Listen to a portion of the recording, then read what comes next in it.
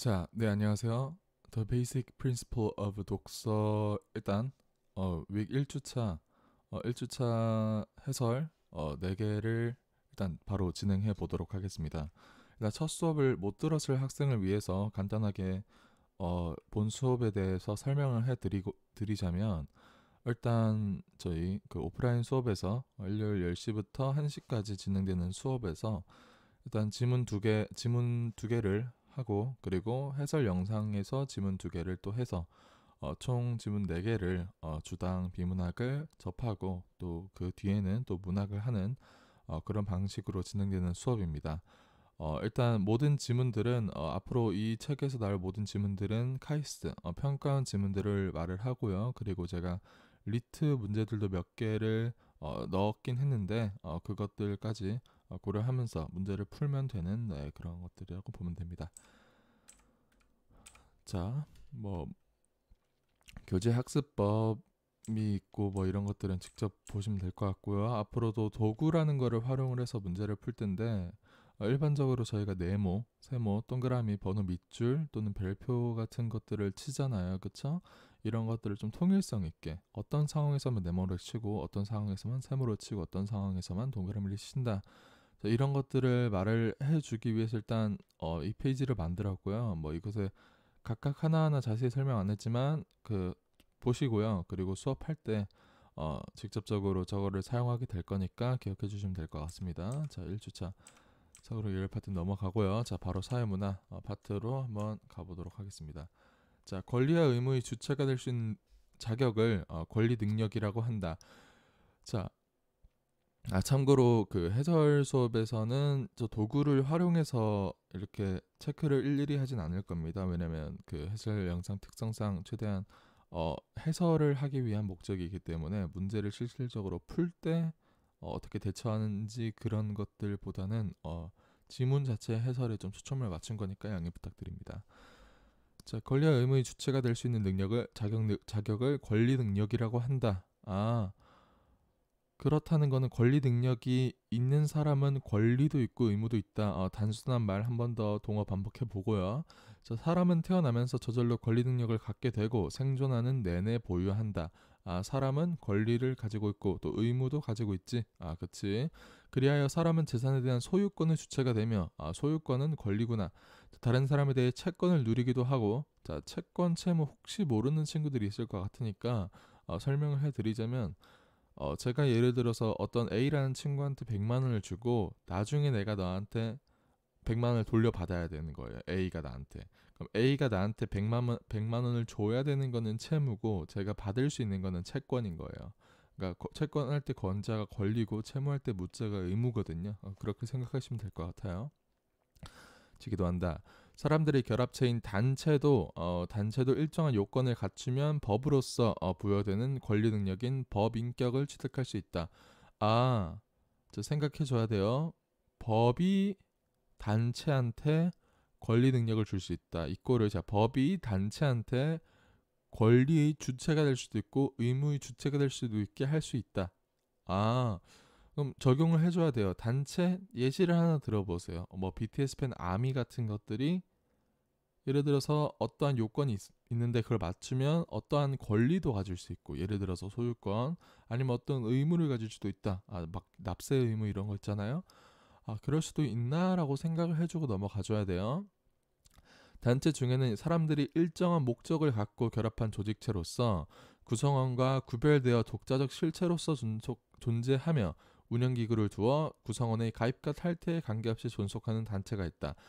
자, 여러분 어떠한 단체의 특성에 대해서 설명을 했죠, 그렇죠? 뭐 그 특성 어떤 단체인지 뒤에서 얘기하겠지만 얘 같은 경우는 따로 빼가지고 기억을 해줘야 돼요. 각각 나눠놓고 성격들이 있는 거예요. 구별된다, 목적 갖고 결합했다, 독자적 실체로 존재한다, 운영기구를 둔다, 탈퇴와 관계없이 존속한다 이런 것들 있죠, 그렇죠? 자, 이를 사단이라고 하며 네모치고 우리가 기억해줘야 되겠죠. 사단이 갖춘 이러한 성질을 사단성이라고 한다. 얘도 기억을 해줘야 되죠. 얘가 뭐예요? 사단성이 뭐예요? 위에 말한 특성들이다. 사단성 그렇다라는 거는 구성원과 구별되어 독자적 실체로 존재한다는 사단성의 일부라고 볼 수 있는 거예요. 자, 사단의 구성원은 사원이라고 한다. 사단은 법인으로 등기되어야 법인격이 생기는데 법인격을 가진 사단을 사단법인이라고 부른다.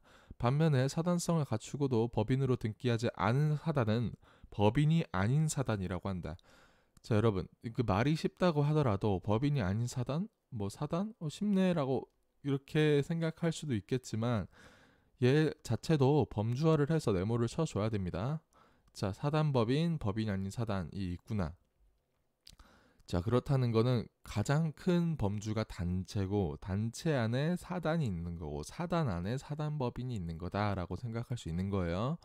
자, 사람과 법인만이 권리 능력을 가지며 자, 그렇다는 거는 인간이랑 단체 그리고 단체 중에서 사단성을 띠고 사단성을 띠는 것 중에서 법인격을 가진 사단이 권리 능력을 가진다. 그럼 그 외에는 권리나 의무를 가져요? 아니네요.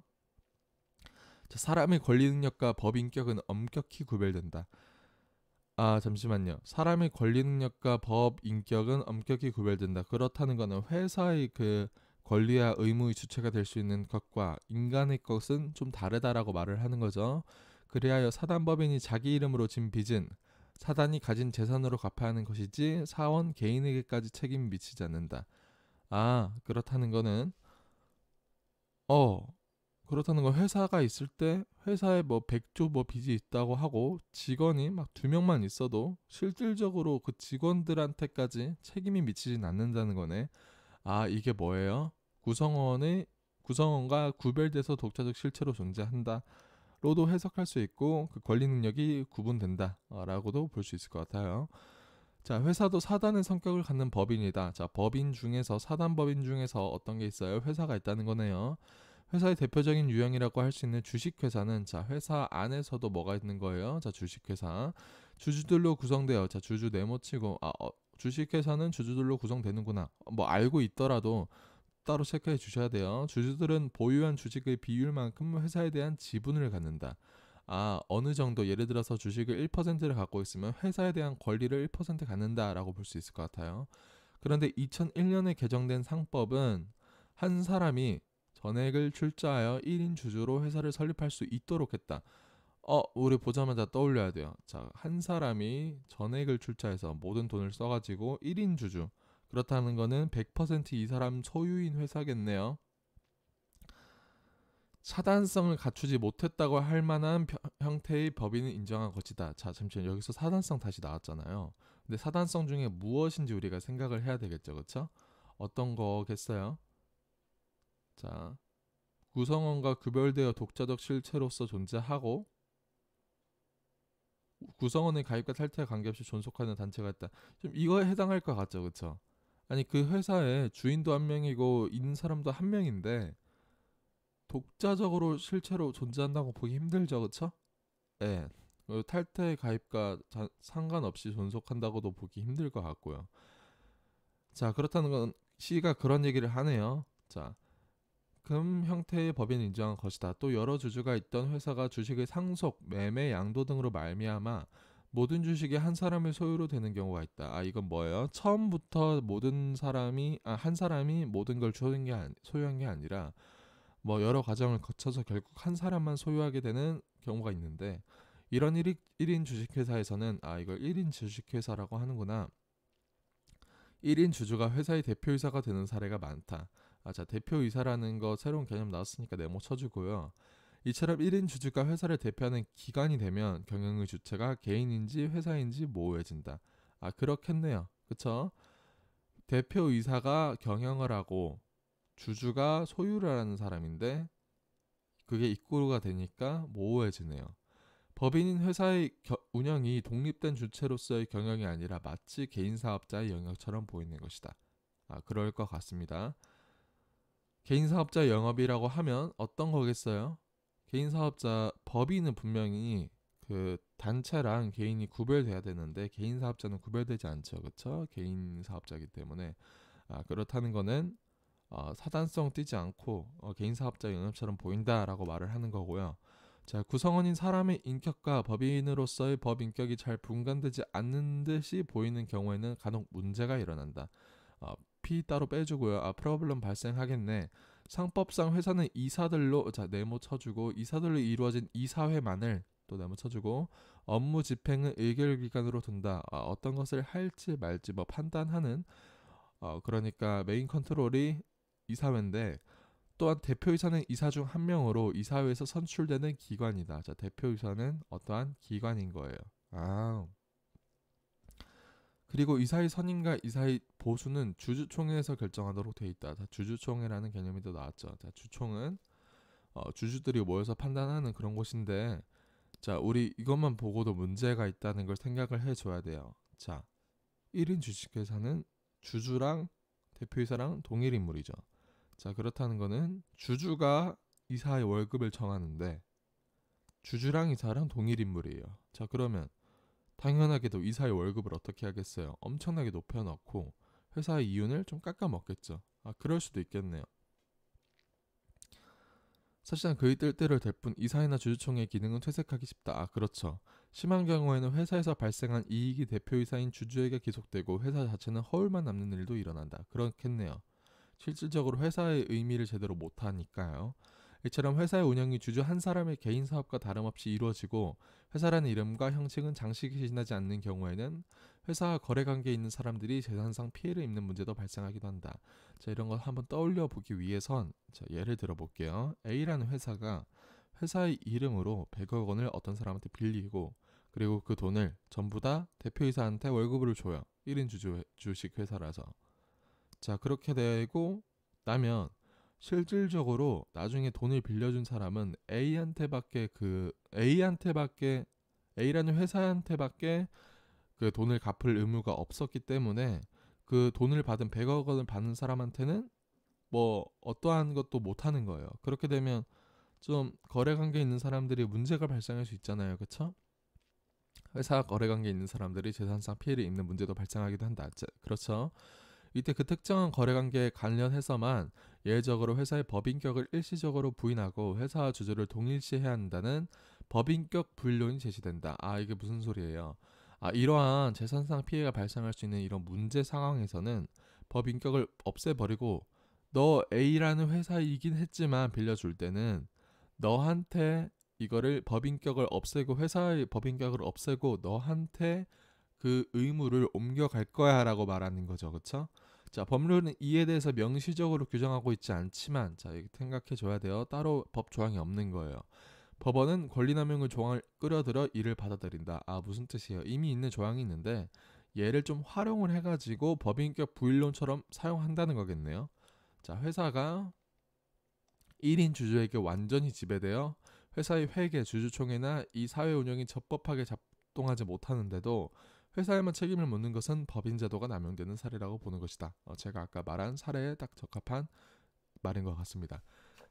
자, 지문이 사회문화 지문이 여러분들이 상대적으로 뭐 과학기술보다는 쉽다, 괜찮다라고 할 텐데 또 인문예술보다는 어렵다는 친구들이 있을 것 같아요. 근데 그 원인이 과학기술 같은 경우는 원리가 나오는 파트가 되게 빡세고 그리고 조금 기본적인 상식이 없으면 좀 어려울 근데 인문예술은 딱히 그렇지 않단 말이에요. 원리들도 자세히 많이 안 나오고 그리고 좀 상식이 조금 없어도 단순히 누가 누구 무슨 말 했다 이런 정도로도 풀 수 있기 때문에 자, 그런데 사회문화 같은 경우는 물론 문제 지문들마다 다르긴 하겠지만 어느 정도 개인 상식이 저는 필요하다고 봐요. 예를 들어서 특히 법이라든지 아니면 경제라든지 그런 것들에서 좀 개인 상식이 있는 친구들이랑 없는 친구들이랑 폭이 어느 정도 발생할 수 있기 때문에 평소에 지문들을 읽었을 때 새로운 게 알게 됐거나 아니면 이거 관련해서 좀 더 궁금증이 생기면 좀 더 알아보는 좀 습관을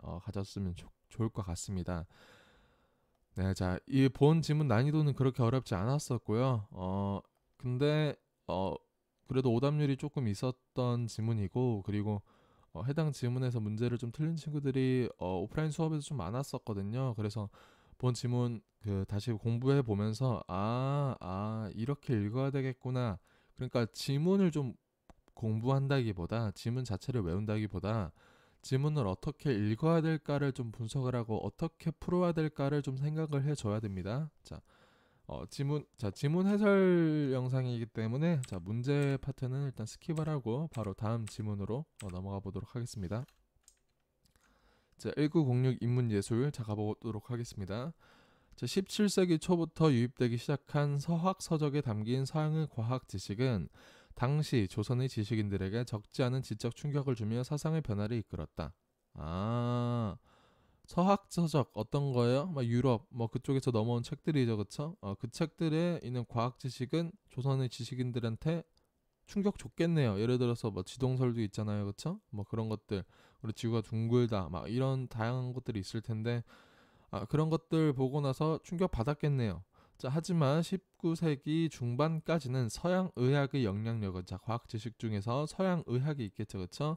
영향력은 천문 지리 지식에 비해서 미미하였다. 그렇겠네요. 실질적으로 천문 지리 지식에 비해서 막 그렇게 어떨지는 잘 모르겠는데 어떤 얘도 기억의 의미를 좀 찾아야 되겠네요.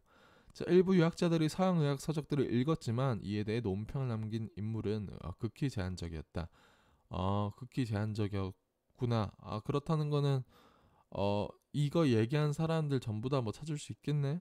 뭐 단순한, 그러니까 지문을 읽을 때 좀 그냥 그대로 쭉 읽지 말고 좀 한 번씩 눌러가면서 읽어줘야 돼요. 자, 이런 가운데 18세기 실학자 이익은 자 동그라미 치고요. 주목할 만한 인물이었다. 뭐 이거 논평했나 보네요. 그는 서국이라는 글에서 아담 샬이 쓴 주제군징의 일부를 채록하면서 일부를 넣으면서 자신의 생각을 제시하였다. 난 이렇게 생각해.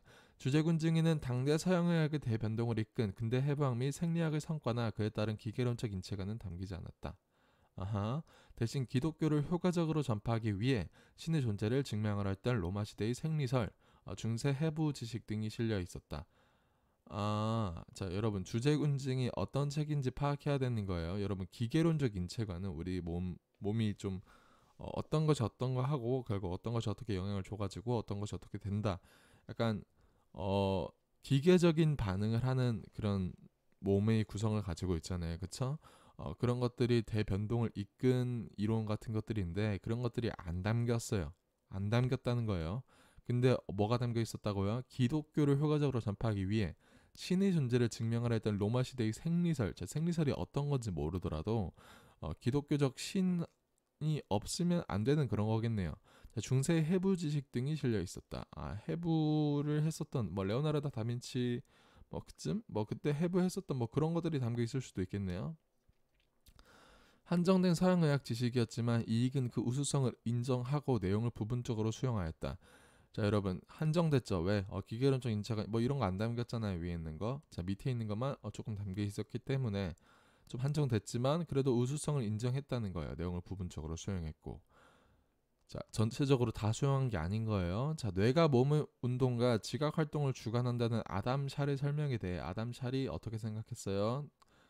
몸의 운동이랑 지각 활동 있죠. 생각하는 거는 모두 다 뇌가 주관한다라고 했는데 이익은 몸의 운동을 뇌가 주관한다는 것은 긍정하였지만 지각 활동은 심장이 주관한다는 전통적인 심주지각설을 고수하였다. 여러분 새로운 단어 나왔네요. 심주지각설 네모치고 얘는 뭐다? 심장이 지각을 주인이다 라는 뜻이죠. 한자 읽어보면. 자, 이익 이후에도 서양의학이 조선사회에 끼친 영향은 두드러지지 않았다. 뭐 변화가 없었다는 거죠, 그렇죠? 당시 유학자들의 서양의학의 필요성을 느끼지 못하였고 충분히 한의학으로도 된다라고 생각했었고 의원들의 관심에서도 서양의학은 비껴나 있었다. 당시에 전해진 서양의학 지식의 내용면에서도 부족했을 뿐 아니라 지구가 둥글다거나 움직인다는 주장만큼 충격적이지는 않았다. 그쵸. 충격적인 거의 정도가 다르기 때문이겠네요. 자, 서양 해부학이 야기하는 윤리적 문제도 서양의학이 영향력을 제한하는 요인으로 작용하였으며 서학에 대한 조정의 금지 조치도 걸림돌이었다. 자, 정부가 막았고요. 자, 그리고 윤리적인 문제, 해부학 자체가 여러분 죽은 사람의 몸을 좀 가르고 뭐 자르고 막 이런 식으로 해가지고 알게 된 것들이잖아요. 분명 윤리적으로 문제가 있죠, 그렇죠? 유교 사상에서는. 자, 그러던 중 19세기 실학자, 세기가 지났네요. 최한기는 동그라미 치고 당대 서류에서 서양에서 주류를 이끌고 있었던 최씨 교학 성과를 담은 홉슨의 책들을 접한 후 해부학 전반과 내기 등을 중심으로 문제의식을 본격화하였다. 아하. 인체에 대한 이전 유학자들의 논의가 도덕적 차원의 초점이 있었던 것 달리 그는 지각적, 생리적 기능에 주목하였다. 실질적으로 실학자답네요. 그쵸? 유용하게 지각적, 생리적 기능 자체를 좀 봤던 거예요.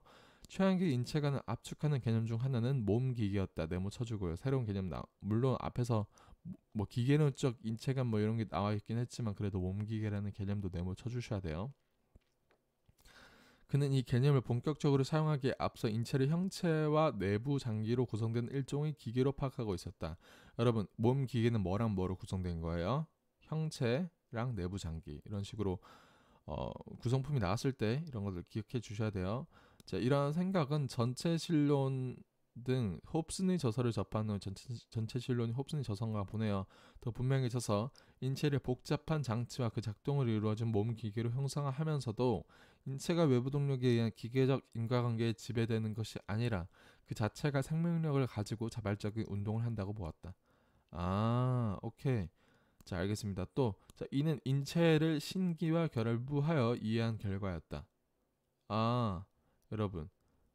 자, 한번 생각을 해보세요. 자, 인체가 외부 동력에 의한 기계론적 지배되는 게 아니라 일반적인 기계는 어때요? 외부에서 동력을 공급해줘야 되겠죠. 뭐 배터리라든지 뭐 연료라든지. 근데 인간은 그런 거에 지배되는 게 아니라 자체가 생명력을 가지고 있는 거예요. 그래서 자발적으로 운동합니다. 그럼 완전 기계는 아니네요. 기계적이지 않은 특성을 가지고 있네요. 생각해주고 이는 인체를 신기와 결부하여 이해한 결과였다. 자, 신기라는 개념이 새로 나왔는데 뭐 귀신신 기운기라는 거 이거 모르더라도 이런 게 있구나. 신기라는 개념이 있구나 이렇게 생각해주고 기계적 운동의 인과관계를 설명하려면 원인을 찾는 과정이 꼬리에 꼬리를 물고 이어지게 된다. 자, 무슨 뜻이냐면 여러분 예를 들어서 뭐 간이 뭐 소화효소에 뭘 준다 뭐 이렇게 생각이 되면 그럼 간은 어떻게 간이 줬는데 뭐가 간한테 영향을 줬는데 하면 뭐 뇌하수체가 영향을 줬다 하면 뇌하수체는 뭐가 영향을 줬는데 뭐 어떤 게 호르몬 수치가 영향을 줬다. 자, 호르몬 수치가 어떻게 영향을 줬는데 이런 식으로 끊임없이 이어지게 되잖아요. 일반적으로 그렇죠? 자, 그렇게 되면 우리가 최초의 원인 따라서 이러한 무한 소급을 끝맺으려면 무한히 이렇게 나아가는 걸 끝맺으려면 운동은 최초 원인을 상정해야만 한다. 최초 원인이 있고 예로부터 왔어라고 하면 이런 무한한 것들을 막을 수 있겠죠. 그렇죠? 이 문제를 해결하기 위해 의료 선교사인 홉스는 창조주와 같은 질적으로 다른 존재를 상정하였다. 자, 홉스는 최한기가 아니라 홉스는 신 같은 존재를 말을 했어요. 신 같은 존재가 뭐 이걸 시켰으니까 우리 몸이 이렇게 움직이는 거야 이런 식으로 얘기를 했나 보네요. 자, 기독교적 세계관을 부정했던 최한기는 자 이거 별표로 따로 빼주시고요. 기독교적 세계관 안 좋아했어요. 최한기는 신기를 신체 운동의 원인으로 규정하여 이 문제를 해결하였다. 자, 홉슨 같은 경우는 맨 위에 창조주 같은 질적으로 다른 존재 넣었는데 최한기는 뭐를 뒀어요? 신기라는 새로운 개념을 넣은 거예요. 자, 최한기는 전체 실론에 수록된 뇌로부터 온몸에 뻗어 있는 신경계 그림을 접하고 인체 운동을 주관하는 뇌의 역할과 중요성을 인정하였다. 자, 여러분 얘도 인체 운동하는 것 자체는 뭐가 주관한다고요? 뇌가 주관한다. 하지만 뇌가 운동뿐 아니라 지각을 주관한다는 홉슨의 뇌주지각설에 관심을 기울이면서도 잠시만요. 자, 아담 샬이랑 홉슨 둘 다 뭐예요? 뇌주지각설이에요. 관심을 기울이지만 뇌주지각설의 완전한 체계를 이루기에 불충분하다고 보았다. 이거 not enough에 자, 그러면 그럼 최한기만의 이론을 얘기를 하겠네요. 자, 뇌가 지각을 주관하는 과정을 창조주의 섭리로 보고 지각자금과 기독교적 영혼 사이의 연관성을 부각하려 한 전체 신론의 견해를 부정했어요. 기독교적 세계관 안 좋아한다고 했었고 그리고 몸을 뇌가 움직이는 건 맞는데 지각은 아니라고 생각을 한 거네요. 대신 심이 지각 운동을 주관한다는 심주 지각설이 더 유용하다고 주장하였다. 심이라는 게 있는데 심이라는 개념이 있는데 얘가 지각 활동을 한다라고 심주지각설이 더 유용하다고 생각한 거예요. 잠시만요. 앞에서도 심주지각설 나왔었는데 이 심주지각설이랑 같나? 뭐가 다르지? 생각해주면 여기서 심주지각설은 뭐였어요? 심장이 결정한다고 했는데 여기서는 심이 결정한다고 했어요. 뭔가 단어가 비슷한데 다르네요. 뭐가 다르지 생각해줘야 돼요. 그러나 종래의 심주지각설을 그대로 수용한 것은 아니었다. 그렇네요. 종래의 심주지각설이 뭔데요? 심장이 주관한다죠. 얘는 심이 주장한다고 본 거고 기존의 심주지각설이 심을 심장으로 보았던 것과 달리 자 그는 신기의 심으로 파악하였다. 저 심이 뭐라고요? 신기라고요. 신기가 뭐라고요? 지각 활동하는 거라고요. 이렇게 이어줘야 돼요. 자 그에 따르면 신기는 신체와 함께 생성되고 소멸되는 것으로 뇌나 심장과 같은 인체 기관이 아니라 몸을 구성하면서 형체가 없이 몸속을 두루두루 돌아다니는 것이다. 그렇구나. 신기는 유동적인 성질을 지니는데 그 중심이 심이다. 신기는 상황에 따라 자 그럼 여기서 말하는 심은 뭐예요? 심장이죠. 예. 생각해 줘야 돼요. 신기가 유동적인 성질을 지녔는데 그 중심에 힘이 있다는 거는 심장이 중심에 있고 신기가 몸을 왔다 갔다 한다라고 생각해 줘야 돼요. 신기는 상황에 따라 인체의 특정 부분에 더 높은 밀도로 몰린다. 그래서 특수한 경우에는 다른 곳으로 중심이 이동하는데 신기가 균형을 이루어야 생명 활동과 지각이 제대로 이루어질 수 있다. 왔다 갔다 하는데 완전 쏠린 쪽에는 생명 활동과 지각이 제대로 일어나지 않겠네요. 자, 그는 경험 이전에 아무런 지각 내용을 내포하지 않고 있는 신기가 감각기관을 통한 지각 활동에 의해 외부 세계의 정보를 받아들여 기억으로 저장한다고 파악하였다. 자, 여러분 아무것도 보지 않고 태어나기 전에 사람들은 신기를 가지고 있긴 한데 신체가 있긴 하니까 근데 아무런 지각 내용을 내포하지 않고 있으면 그러니까 내포하지 않고 있었는데 신기 자체는 감각기관을 통해서 지각 활동을 통해서 외부 세계 정보가 들어오고 나서 기억으로 저장한다. 참 그냥 단순하게 뭐로 생각하면 돼요. 기억하는 것도 신기다. 신기는 한 몸을 주관하여 그 자체로 하나로 통합되어 있기 때문에 감각을 통합할 수 있으며 지각 내용은 종합, 확장, 곧 스스로 사유를 통해서 지각 내용을 조정하고 그러한 작용에 적응하여 온갖 세계의 변화에 대응할 수 있다고 보았다. 신기가 지각할 수 있다라는 것들을 다양하게 포함을 한 거네요. 자, 최양기 인체가는 서양학과 신기 개념의 접합을 통해 새롭게 정립된 것이다. 그렇죠? 서양학이 뭐예요? 몸 기계라는 그런 개념들이죠, 그렇죠? 네. 신기 개념은 또 새로운 거고, 자 비록 양자 사이의 결합이 완전하지는 않았지만 완전했지 않았겠죠, 그렇죠? 서양학을 맹신하지 않고, 그렇죠? 맹신하지 않았죠. 주체적으로 수용하여 정합적인 세계를 이루고자 한 그의 시도는 조선 사상사에서 주목할 만한 성취라고 평가할 수 있을 것이다. 오케이. 지문 자체가 인문 예술이긴 한데, 만약에 얘를 좀 더 뭐 뇌주지각설, 심주지각설을 과학적으로 봤다면 과학기술이 될 수 있었을 거예요. 근데 일단 인문예술에서 얕게 일단은 뭐 이렇게 주장한다라고만 파악을 했었고요. 자, 이러한 인문예술은 크게 뭐 네 인물이 나오긴 했지만 두 인물을 하고 그리고 그것에 대해서 영향을 준 인물들을 대해서 얘기를 했습니다. 인문예술 지문 앞으로 읽으실 때 인물을 동그라미 치죠, 그렇죠? 저희가 인물을 동그라미 치는데 그 인물을 동그라미 치고 그 인물이 주장하고자 했던 거를 확실하게 파악을 하고 문제 파트로 넘어가야 됩니다. 안 그러면 확실하게 그 사람의 주장을 이해를 하지 못하면 다시 또 돌아와서 이게 무슨 주장인지 봐야 되니까 읽을 때 최대한 주장을 기억을 해서 또 주장을 압축해서 뭔가 한 문장으로 요약을 하는 것도 좋은 방법이에요. 예를 들어서 뭐 이익 같은 경우는 이 사람 심주지각설, 심장이 주관. 자, 또 뭐 최양계 같은 경우는 이 사람 심주지각설. 그리고 이익 같은 경우도 최양계 같은 경우도 둘 다 몸의 운동은 뇌가 주관한다. 하지만 지각 자체는 심장이 주관한다 또는 그러니까 신기가 주장한다라고 주장했다. 이런 것들 기억해주고 그리고 문제로 넘어가면 훨씬 더 쉽게 갈 수 있습니다. 자, 문제 파트 스킵하고요.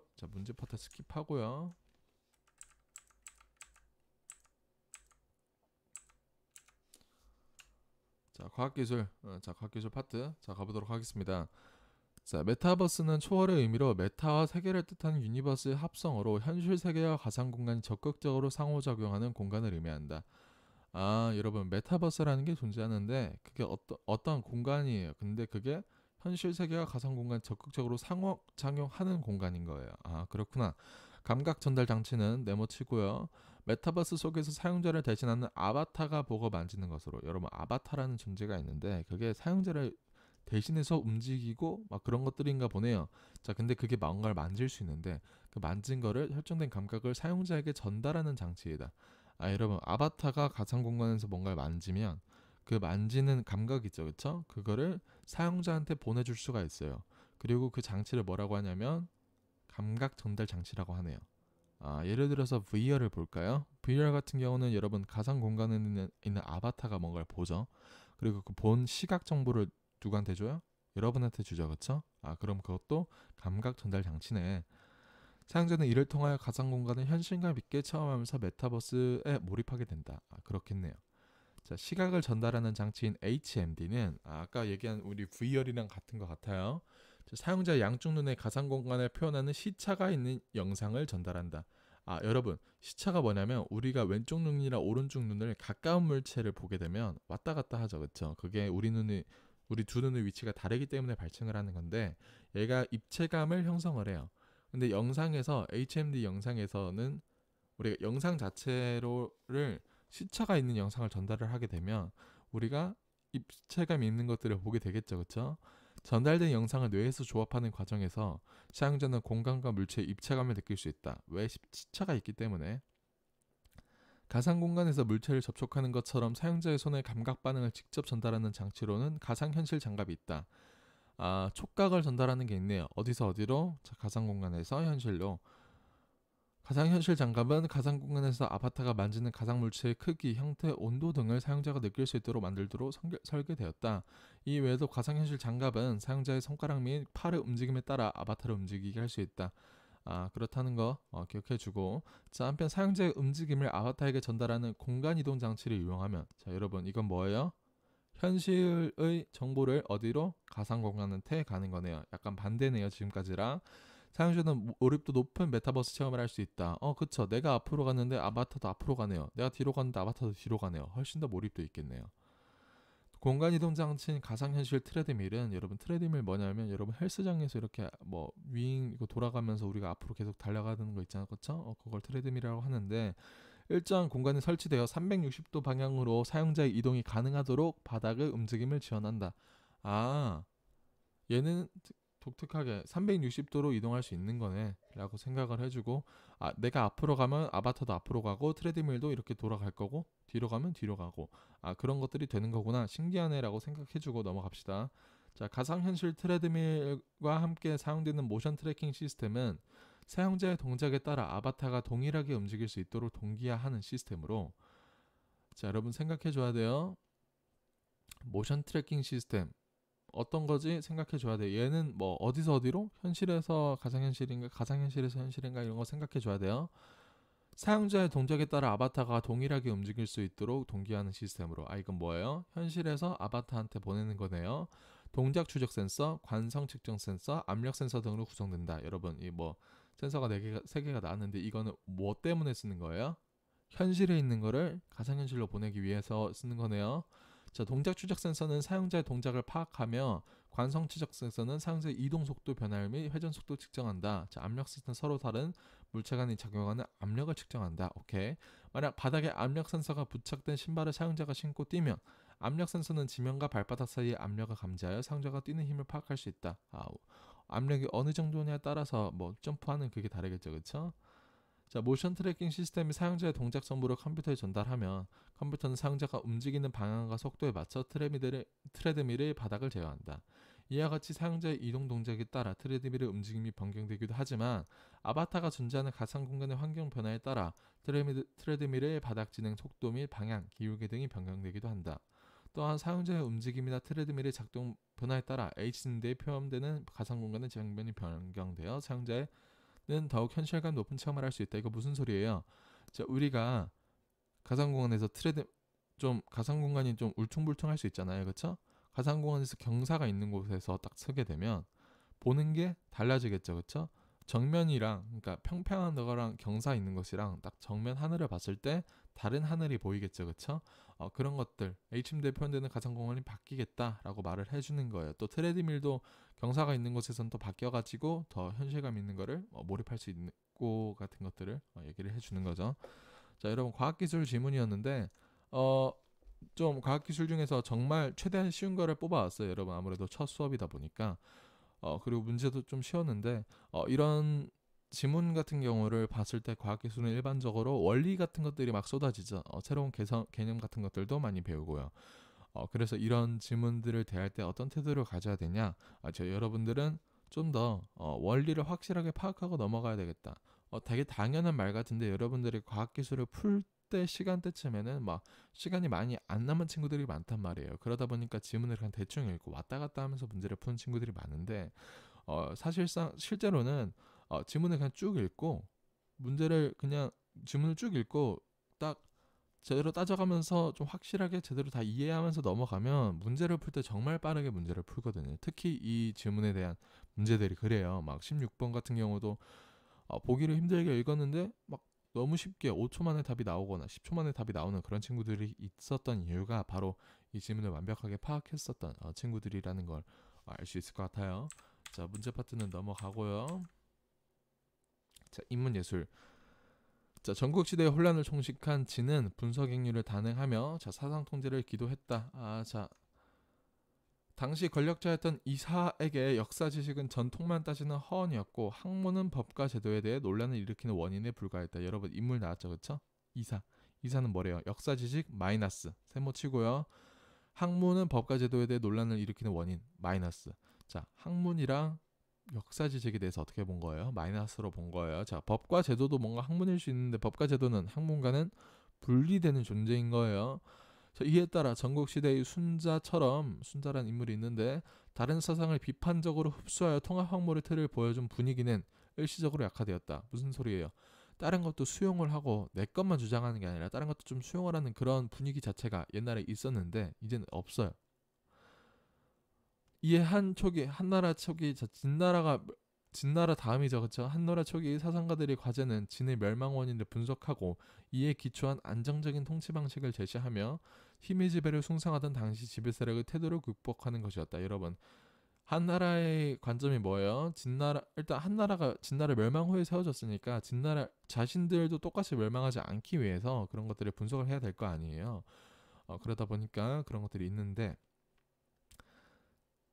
자, 이런 과제에 부응한 대표적인 사상가는 육가였다. 자, 육가란 인물이 나왔어요. 육가란 인물 뭐 할 거예요? 그러면 진나라 그 망한 이유 찾을 거고, 그리고 이 안정적인 통치 방식 제시를 하겠네요라고 생각해 주시고 넘어가 봅시다. 자, 순자의 학문을 개성한 그는 한 고조의 치국 개책 요구에 부응해 신어를 저술하였다. 이 책을 통해 그는 진명의 단명 원인을 가혹한 형벌의 남용, 법률에만 의거한 통치, 군주의 교만과 사치, 그리고 현명하지 못한 인지 등등으로 지적하고, 자, 위에서 말했었던 것들을 제시했네요. 진의 사상 통제가 낳은 폐해를 거론하며 한 고조에게 지식과 학문이 중요함을 설득하고자 하였다. 자신의 의견을 담았다는 거예요. 그에게 지식의 핵심은 현실 정치에 도움을 주는 역사 지식이었다. 지식 이꼬르 역사 지식으로 가도 돼요, 앞으로. 자, 그는 역사를 관통하는 자연의 이치에 따라 천문, 지리, 인사 등 천하의 모든 일을 포괄한다는 통물과 인문예술 지문에서 이런 식으로 어떠한 특정한 개념이 나오잖아요. 그럼 그 개념을 확실하게 파악을 하고 넘어가야 돼요. 근데 그 개념이 어려울 수 있는데 또 파악을 하고 넘어간다고 해서 이걸 쭉 다 기억하는 게 아니라 얘를 압축해요. 최대한 단순한 말로 압축을 해서 바꿔주세요. 역사 변화 과정에 대한 통찰로서 상황에 맞는 조치를 취하고 기존 규정을 고수하지 않는다는 통변을 제시하였다. 통물과 통변이 정치 세계에 드러나는 것이 인의라고 파악한 그는 잠시만요. 기역, 니은, 디귿으로 나왔고 이런 것들도 나왔으니까 확실하게 좀 다시 요약을 해줍시다. 통물은 그냥 모든 일 자체를 말하는 하는 것 같다. 통변은 다양한 것에서 뭐 다양하게 변화하는 그런 것들을 얘기를 하는 것 같다. 인이는 통물 통변이 정치 세계에 드러나고 정치 세계에 적용하는 것들을 얘기를 하는 것 같다 정도로 사실 단순하게 가져가도 돼요. 그는 힘에 의한 권력 창출을 긍정하면서도, 자, 여러분 밑줄 치고 왼쪽으로 뺍시다. 별표로. 여러분, 뭔가 육가는 힘에 의한 지배 이런 것들을 정말 싫어할 것 같은 사람인데 우리가 이렇게 파악하기로는 긍정하긴 했다는 거예요. 네, 긍정하긴 했다는 거 기억해 줘야 돼요. 권력의 유지와 확장을 위한 왕도 정치를 제안하며, 왕도 정치 네모치고 새로운 개념이죠, 그렇죠? 인의 실현을 위해 유교 이념과 현실 정치의 결합을 시도하였다. 그렇구나. 자, 인의가 실현되는 정치를 위해 육가는 유교의 범위를 벗어나지 않는 한에서 사상을 수용하였다. 그렇다는 건 뭐예요? 육가는 결국 유교인데 다른 사상도 뭐였어요? 수용했던 거예요. 뭐처럼 보여요? 순자처럼 보이네요. 자, 예와 질서를 중시하며 교화의 정치를 강조하는 유교를 중심으로 도가의 무위라는 거 네모치고 법가의 권세를 끌어들였다. 법가 같은 게 한비자 진나라 때 했었던 그 것들을 얘기를 해요. 자, 그에게 무의는 형벌을 가벼이 하고 군주의 수양을 강조하는 것으로 평온한 통치의 결과를 의미했고, 자, 도가가 뭐 그런 사상이었나 보네요.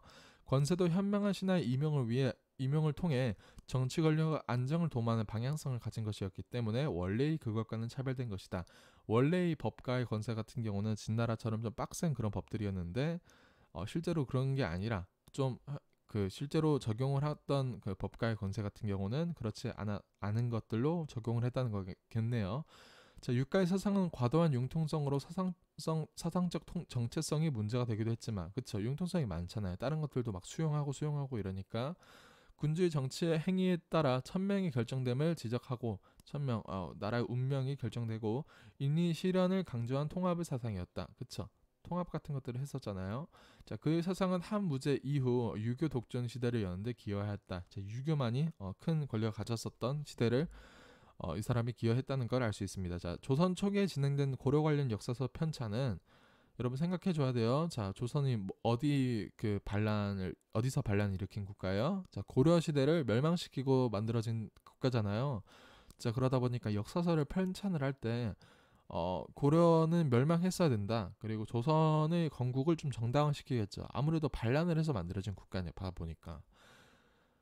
자, 편찬자들은 다양한 방식으로 고려와 조선의 차별성을 부각하고 고려보다 조선이 뛰어남을 설득하고자 하였다. 그렇게 했겠네요. 당연하게도.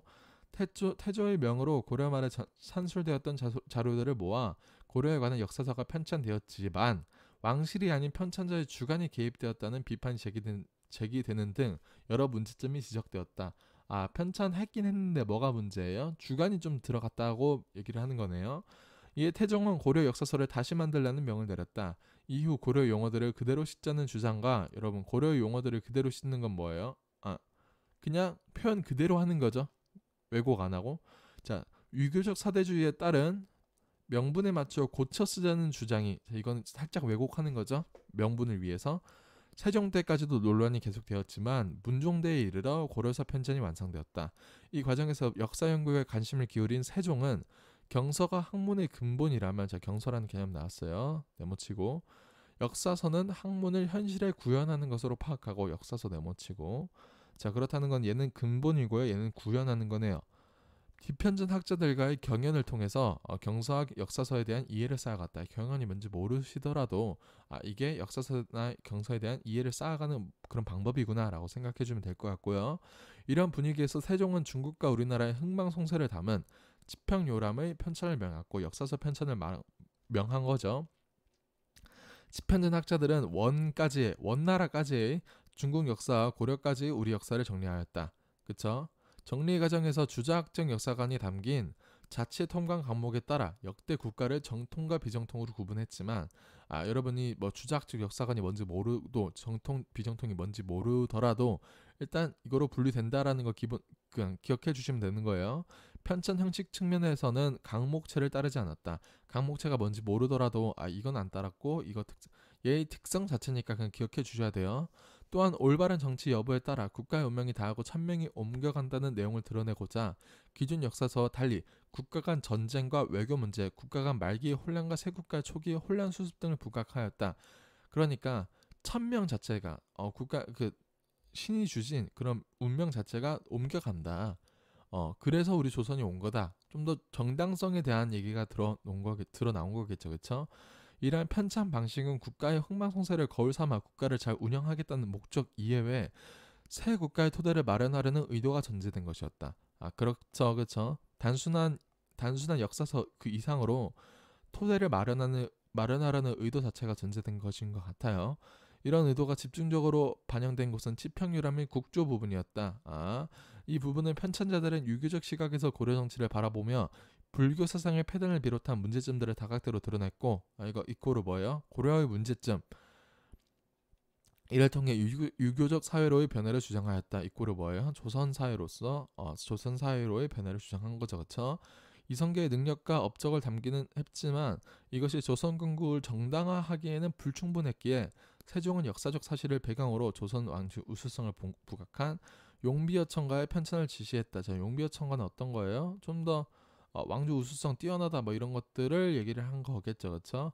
이는 왕조의 우수성과 정통성을 경전과 역사의 다양한 근거를 통해 보여주고자 한 것이다. 결국은 반란한 국가이기 때문에 고려를 없애고 생긴 국가이기 때문에 이런 다양한 근거들을 만들어서 해야지 좀 더 그런 것들이 존재하겠죠. 라고 말할 수 있을 것 같아요. 자, 인문예술 지문 또 가나 지문으로 나왔는데 여러분들이 앞으로 높은 확률로 여러분들이 수능이나 모의고사에서 보게 될 인문예술 지문의 특징이에요.